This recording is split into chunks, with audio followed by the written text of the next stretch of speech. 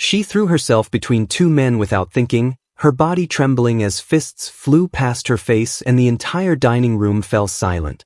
The stranger she protected wore a torn jacket, while the man attacking him wore a $10,000 suit and a sneer that promised consequences. When security dragged her outside and her manager fired her on the spot, she realized her life had just shattered over a man she didn't even know. But as he stood in the rain beside her, watching her cry, she whispered something that made him close his eyes. "I'd do it again." Would you risk everything to protect a stranger, even if no one would ever know? This is where everything truly began.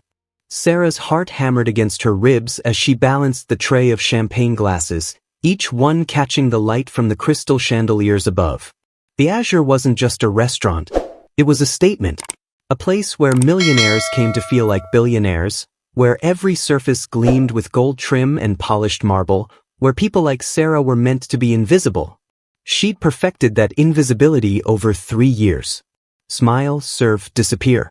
Never make eye contact too long. Never ask questions. Never, ever get involved in the lives of the people who could afford a single meal here that cost more than her monthly rent. But tonight, something felt wrong.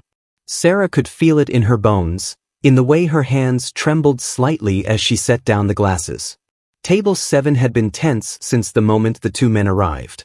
The younger one, dressed in a charcoal suit that probably cost more than Sarah's entire wardrobe, had been speaking in sharp, cutting tones. His voice carried across the dining room like shards of broken glass. The older man sitting across from him looked small, defeated, his shoulders hunched as if trying to make himself disappear into the leather chair. Sarah had seen cruelty before.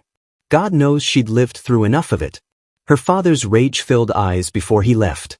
Her mother's quiet tears when the bills piled up.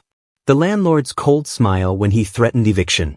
But there was something about the way this older man flinched with each harsh word that made Sarah's stomach twist into knots.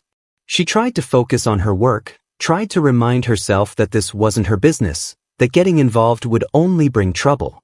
She needed this job. Desperately. Her mother's cancer treatment had drained every penny they had, and Sarah was barely holding their world together with minimum wage and tips. "You're pathetic," the younger man hissed, his words dripping with venom. "You think you can just walk in here and what? Embarrass me? Make me look weak in front of these people?" The older man's hands shook as he reached for his water glass. "Marcus, please. I just wanted to talk. I just wanted..." "You wanted what? To remind everyone that you're a failure? That you're nothing?"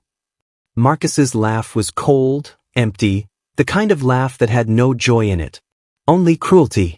Sarah's chest tightened. She could feel tears burning behind her eyes, though she didn't fully understand why. Maybe it was because she saw her own mother in that older man's defeated posture. Maybe it was because she knew what it felt like to be small and powerless while someone towered over you with words designed to cut and maim. She set down her tray with trembling hands, her mind screaming at her to walk away, to stay silent, to survive. Then Marcus stood up. The chair scraped against the floor with a sound like a scream, and suddenly every conversation in the restaurant died. The piano music continued, but it felt hollow, meaningless. Marcus reached across the table and grabbed the older man by his collar, yanking him half out of his seat. "You don't belong here. You never did." And that's when Sarah moved. She didn't think. She didn't calculate the cost. She just ran forward, her heart exploding in her chest, her vision tunneling until all she could see was Marcus's hand clenched in that worn jacket. "Stop." Her voice cracked, barely above a whisper, but it cut through the silence. "Please, just stop." Marcus turned to her, and the look in his eyes made Sarah's blood run cold. Pure contempt. The kind of look that said she was less than nothing, less than the dirt on his expensive shoes. "Excuse me?" His voice was dangerously quiet. Sarah's legs felt like water, but she forced herself to stay standing. "Let him go. Please. You're hurting him." "Who the hell do you think you are?" Marcus's grip tightened on the older man's collar, and Sarah watched the color drain from the man's face. "You're a waitress. You're nobody. So do your job and stay out of things that don't concern you." The words hit Sarah like physical blows. Nobody. She'd heard that word her whole life. From teachers who didn't care. From doctors who kept her mother waiting for hours. From people who looked right through her as if she didn't exist. And maybe they were right. Maybe she was nobody. But even nobodies had a choice. Even nobodies could decide to do something. I know I'm nobody, Sarah said, her voice shaking but growing stronger. But that doesn't make this right. Let him go. For a moment, something flickered in Marcus's eyes. Surprise, maybe. Or calculation. Then his face twisted with rage. He shoved the older man back into his chair so hard it tipped backward, and before Sarah could react, Marcus grabbed her wrist. His fingers dug into her skin like iron claws, and pain exploded up her arm. She gasped, tried to pull away, but his grip was too strong. You want to be a hero? Let's see how that works out for you. Tears streamed down Sarah's face, but she didn't look away. She wouldn't give him that satisfaction. Through the pain, through the fear, she kept her eyes locked on his. You can hurt me, she whispered. But you're still wrong. Then the older man was there, his hand closing around Marcus's wrist. His voice was quiet, but there was steel in it. Something ancient and immovable. Let her go, Marcus. For the first time, Sarah saw fear flash across Marcus's face. Real fear. He released her wrist as if she'd burned him, and Sarah stumbled backward, cradling her arm. Marcus straightened his suit, his composure cracking at the edges. You're both insane. He looked around at the silent restaurant, at all the witnesses to his loss of control, and his face flushed dark red. You'll regret this. He stormed out, his footsteps echoing like gunshots. Sarah stood frozen, her wrist throbbing, her mind unable to process what had just happened. The older man looked at her, and his eyes were filled with something Sarah couldn't name. Or guilt. Are you all right? He asked softly. Before Sarah could answer, her manager appeared, his face purple with rage. Mr. Henderson had never liked her, had always looked for reasons to criticize, to belittle. Now he looked triumphant. What the hell did you just do? Sarah's voice came out small, broken. I was just trying to help. You embarrassed a VIP guest. You caused a scene in my restaurant. You're done here. Get out. The words didn't make sense at first. Sarah stared at him, her mind sluggish, trying to catch up. What? You're fired. Get your things and leave. Now. The floor seemed to tilt beneath Sarah's feet. Fired. The word echoed in her head, each repetition driving the reality deeper. No job. No money. No way to pay for her mother's treatment or the rent or food or anything. Her mother's face flashed in her mind, pale and weak, apologizing for being sick, for being a burden. Sarah had promised her everything would be okay. She'd promised they'd get through this together. She turned to the older man, desperate for him to say something, to fix this somehow. But he just stood there, his face pale, his eyes filled with that same unbearable sadness. Sarah felt something break inside her chest. She'd thrown away everything for a stranger who couldn't even speak up for her. She walked to the back room on legs that didn't feel like her own. Her hands shook as she grabbed her coat from the locker, as she stuffed her few belongings into her bag. The other staff members looked away, embarrassed or uncomfortable or just relieved it wasn't them. Sarah wanted to scream, to cry, to break something. But she just kept moving one foot in front of the other, because if she stopped, she'd collapse completely. The rain hit her the moment she stepped outside, cold and merciless, soaking through her thin coat within seconds. Sarah stood on the sidewalk, staring at the empty street, and finally let herself feel it. The fear. The despair. The crushing weight of knowing she'd just destroyed her life for someone who might not even remember her name tomorrow. She wrapped her arms around herself and sobbed, her whole body shaking with the force of it. Wait, please wait. Sarah turned, wiping uselessly at her face. The older man stood in the rain beside her, his worn jacket already soaked through, his gray hair plastered to his head. He looked smaller out here, older, more fragile. I'm so sorry, he said, and his voice cracked. This is my fault. All of it? Sarah shook her head, unable to speak past the lump in her throat. You lost your job because of me. You stood up for me when you didn't have to, when it cost you everything, and I... He stopped, his eyes glistening with tears that mixed with the rain. I don't even know your name. Sarah, she whispered. Sarah. He said it like a prayer. I'm Jonathan. And I need you to know something. What you did in there, what you risked, most people would have looked away. Most people would have protected themselves. But you didn't. You saw someone hurting and you couldn't stand by. That takes a kind of courage most people don't have. Sarah's chest ached. It doesn't matter. I still lost everything. It matters, Jonathan said fiercely. It matters more than you know. He reached into his pocket and pulled out some wet bills. Please. At least let me help. Let me give you something for... No. Sarah stepped back, shaking her head.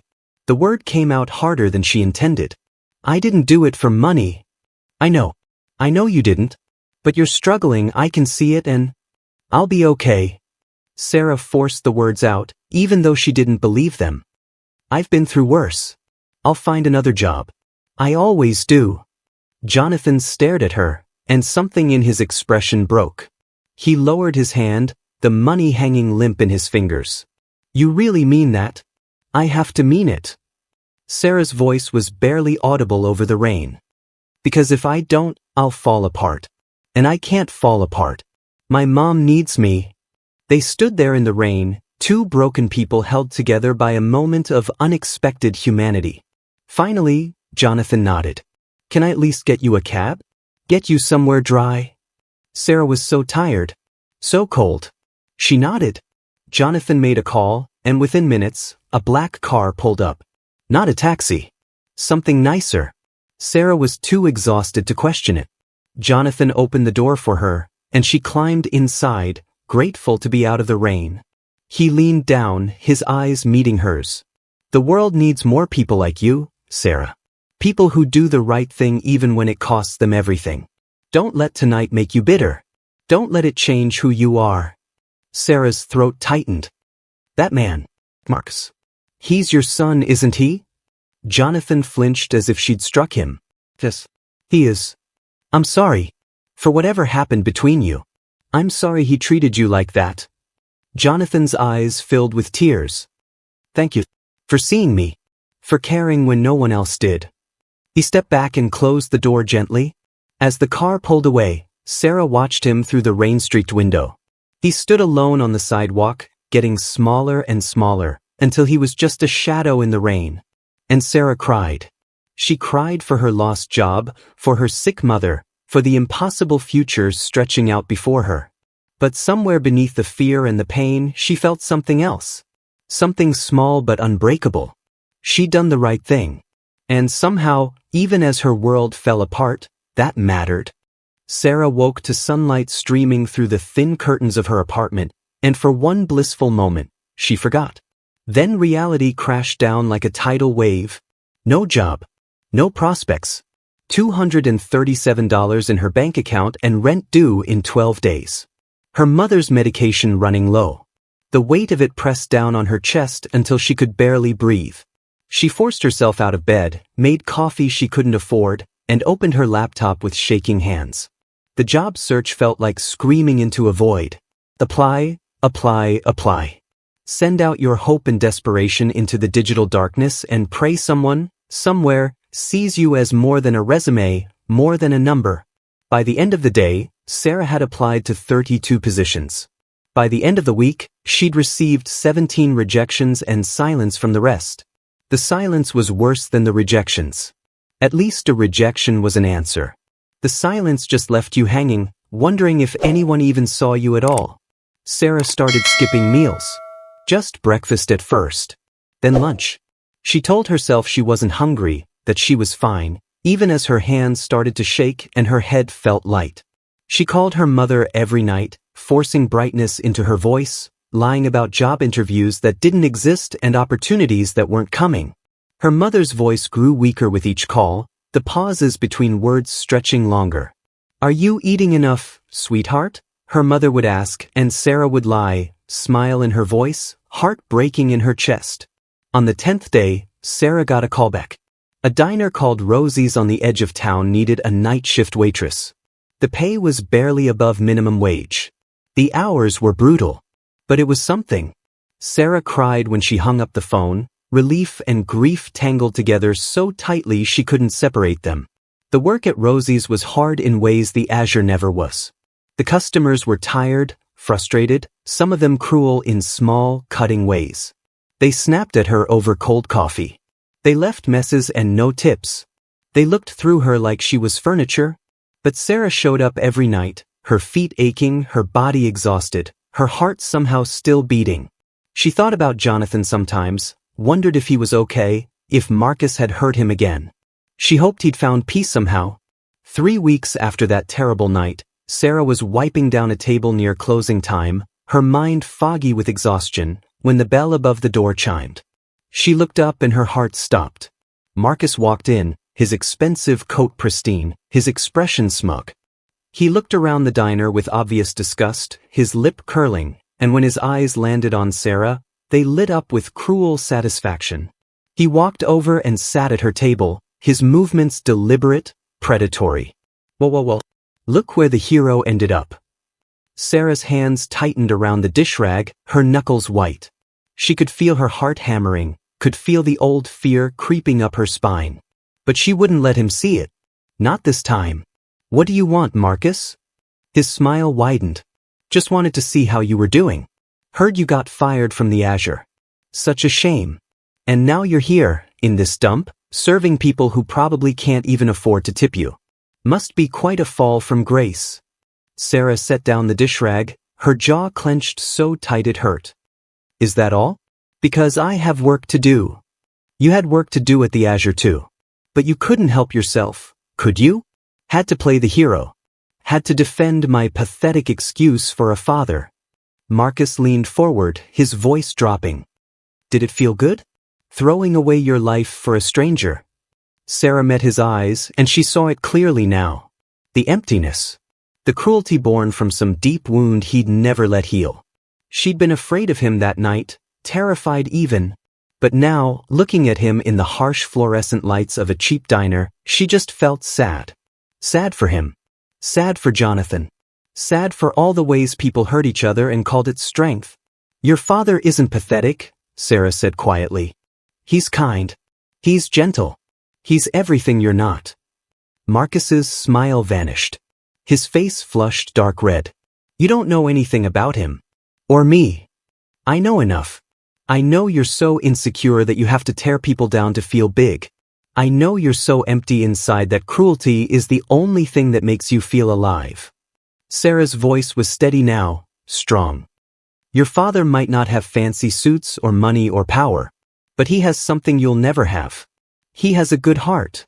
Marcus stood abruptly, his chair screeching across the floor. His hands clenched into fists. For a moment, Sarah thought he might hit her. Part of her almost wished he would, just so everyone could see what he really was. But he just leaned close, his breath hot on her face. You're going to regret saying that? Maybe. Sarah didn't flinch. But at least I'll be able to look at myself in the mirror. Can you? His jaw worked, rage and something else, shame, maybe, flashing across his face. Then he turned and stormed out, the door slamming behind him hard enough to rattle the windows. Sarah's legs gave out, and she sank into the nearest chair, her whole body shaking. Her manager, Rosie, came out from the back, her weathered face concerned. You okay, honey? Sarah nodded, even though she wasn't sure. Yeah. Just another bad customer. But that night, lying in bed staring at the ceiling, Sarah felt something shift inside her. She'd stood up to Marcus again. She'd told him the truth, even knowing he could hurt her, even knowing he probably would try. And she'd survived it. She was still here, still fighting. For days later, Sarah came home from her shift to find an envelope taped to her door. Plain white, no return address.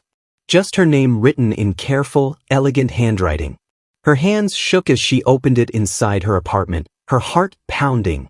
Inside was a letter and a check. The check made her gasp, her vision swimming.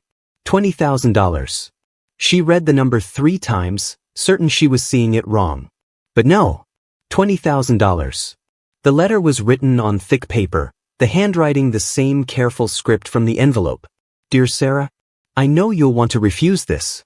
I know that accepting money goes against everything you did that night.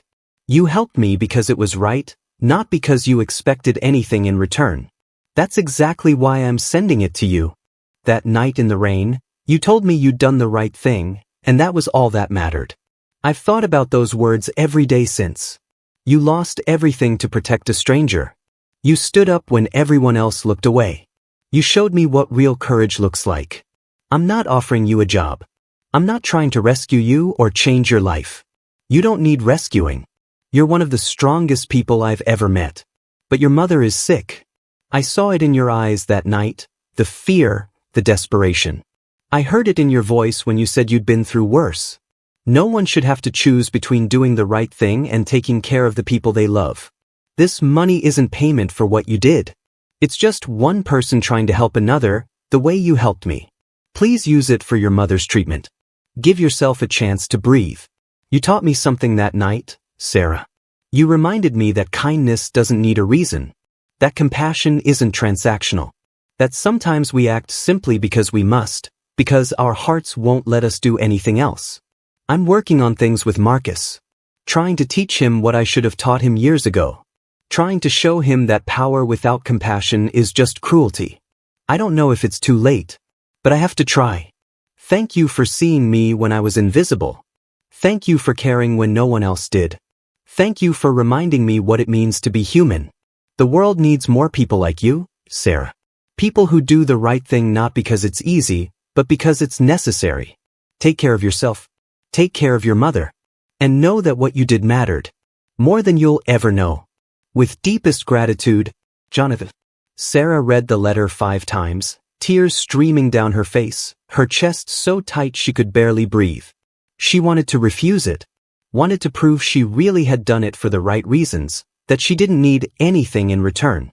But then her phone rang, and it was her mother, and Sarah could hear how weak she sounded, how tired. Sarah, honey, I don't want you to worry, but the doctor said we need to start the next round of treatment soon, and I know we don't have the money, so maybe we could. Mom. Sarah's voice cracked. We have it. We have the money. Her mother was silent for a long moment. Then, what? How? Someone helped us. Someone who believes in doing the right thing. Sarah looked at the check through her tears. We're going to be okay, Mom. I promise. We're going to be okay. Her mother sobbed, and Sarah sobbed with her, and for the first time in months, the crushing weight on Sarah's chest lifted just enough to let her breathe. The next morning, Sarah went to work at Rosie's. She didn't quit. She didn't suddenly change her life. She just kept showing up, kept working, kept treating people with kindness even when they didn't deserve it. The money was for her mother, not for her to escape. And honestly, Sarah didn't want to escape. She'd learned something important. That dignity wasn't about what job you had or how much money you made. It was about how you treated people when no one was watching. About the choices you made when it cost you everything. 2 months passed. Sarah's mother started her treatment, and the doctors were hopeful. Sarah kept working at Rosie's, kept sending money home, kept living her simple life. She thought about Jonathan every day, wondered if he was okay, if things had changed with Marcus. She hoped so. She hoped her small act of kindness had rippled out somehow, created something better in the world. Then one morning, Sarah was refilling coffee when she noticed the newspaper someone had left on the counter. A headline caught her eye, and her heart stopped. Billionaire Jonathan Gray announces major company restructuring. Son Marcus Gray steps down from all executive positions. Sarah's hands shook as she picked up the paper. There was a photo of Jonathan, but he looked different. Stronger. His eyes were clear, determined, alive in a way they hadn't been that night in the rain. The article talked about ethics reforms, about charitable donations, about a complete overhaul of company culture. And at the bottom, there was a quote from Jonathan that made Sarah's eyes fill with tears. I was reminded recently by a very brave person that true character isn't shown when people are watching. It's shown in the moments when we think no one will ever know. I want to build a company that embodies that principle. That does the right thing not for recognition or profit, but because it's the only thing worth doing. Sarah carefully tore out the article and tucked it into her apron pocket, right over her heart. That night, walking home under the streetlights, Sarah thought about kindness. about how a single moment could change everything, about how doing the right thing mattered even when it cost you, especially when it cost you. She'd lost her job at the Azure. She'd stood up to Marcus twice. She'd risked everything for a stranger. And she'd do it all again. Because some things were more valuable than security or money or comfort. Some things were worth protecting, worth fighting for, worth sacrificing for. Kindness, dignity, compassion. The simple, radical act of seeing another person's humanity and refusing to look away. Sarah smiled as she unlocked her apartment door, tears running down her face, but they were good tears this time. Her mother was getting better. Her job was honest. Her conscience was clear. And somewhere in the city, a billionaire was trying to be a better man, trying to teach his son about compassion, all because a waitress named Sarah had shown him what real courage looked like. The world wasn't fair. Sarah had learned that a long time ago. But it could still be kind. And sometimes, that kindness rippled out in ways you'd never see, touching lives and changing hearts and making the darkness just a little bit brighter. Sarah fell asleep that night with the newspaper article on her nightstand and peace in her heart. She'd done the right thing. And in the end, that was all that mattered. Sometimes the greatest impact we make isn't measured in money or recognition or reward. It's measured in the quiet moments when we choose compassion over comfort, when we choose courage over safety. It's in the simple act of refusing to look away when someone needs us, even when the cost is everything. And it's in remembering that kindness is never wasted, even when we never see where it goes. If this story touched your heart, there are more stories of courage, compassion, and the power of doing what's right waiting for you on this channel. Have you ever done the right thing even though it cost you something important? Share your story in the comments. If Sarah's story moved you, please hit that like button, share it with someone who needs to hear it, and subscribe for more powerful stories that remind us what it means to be truly human. Thanks for loving Reddit Storyteller.